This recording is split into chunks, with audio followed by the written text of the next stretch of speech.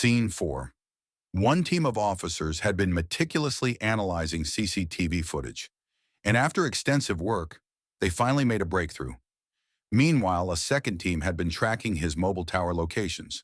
They had also been working relentlessly for 2 days, and their efforts paid off. They uncovered significant details from the tower data, opening up new leads in the investigation. To retrieve this data, the team needed to call an API, one that was built using FastAPI. But what exactly is FastAPI? FastAPI is a modern, high-performance web framework designed for building APIs with Python. One of its standout features is its asynchronous support by default, which makes it highly efficient.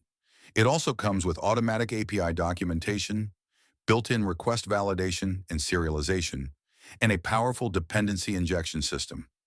These features, among many others, make FastAPI a robust and developer-friendly framework.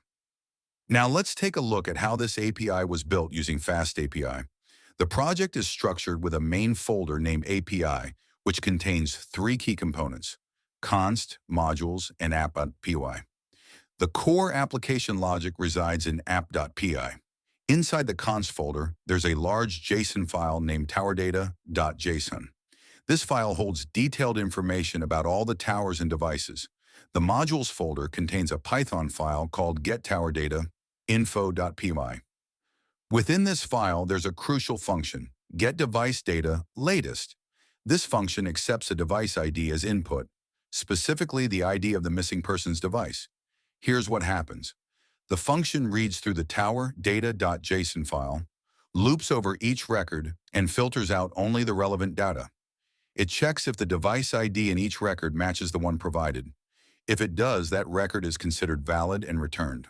The output, a collection of the latest tower location data corresponding to the specified device. Now let's explore the heart of the API, the app.py file. This is where the main routing logic resides.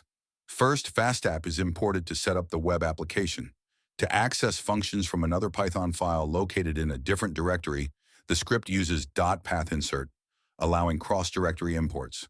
Once the setup is done, the FastApp app is initialized.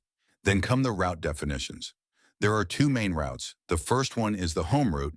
When accessed, it simply returns a basic response. The key route, however, is /device location. This endpoint accepts a single parameter, a device ID.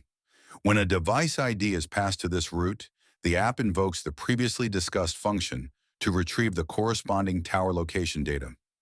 The function processes the request and returns a list containing only the relevant records for that specific device. And that's how this API, powered by FastAPI, efficiently delivers tower location data. Testing the API is incredibly simple, thanks to FastAPI's built-in automatic documentation feature. Once the FastAPI app is running, you can open it in your browser. Visiting the route path displays the basic location data, but the real convenience comes at /docs, a fully interactive, auto-generated documentation page created by FastAPI. Here, you'll see all the available routes, including the home route and the /device location endpoint. To test it, just expand the /device location section, click Try It Out, enter a device ID, and hit Execute. The response will display all relevant tower location data for that device, complete with timestamps, location info, and event details. That's how easy and efficient testing is with FastAPI. Based on this response, the investigation team uncovered a crucial lead. The missing friend had deviated from Anantapur and was last tracked heading towards Nandyal. The data indicated that he had traveled approximately 15 to 20 minutes in that direction. This was the most recent and reliable information the team had at that point. But what happened after that? Where did he go next? Let's find out in the next video. Thank you for watching.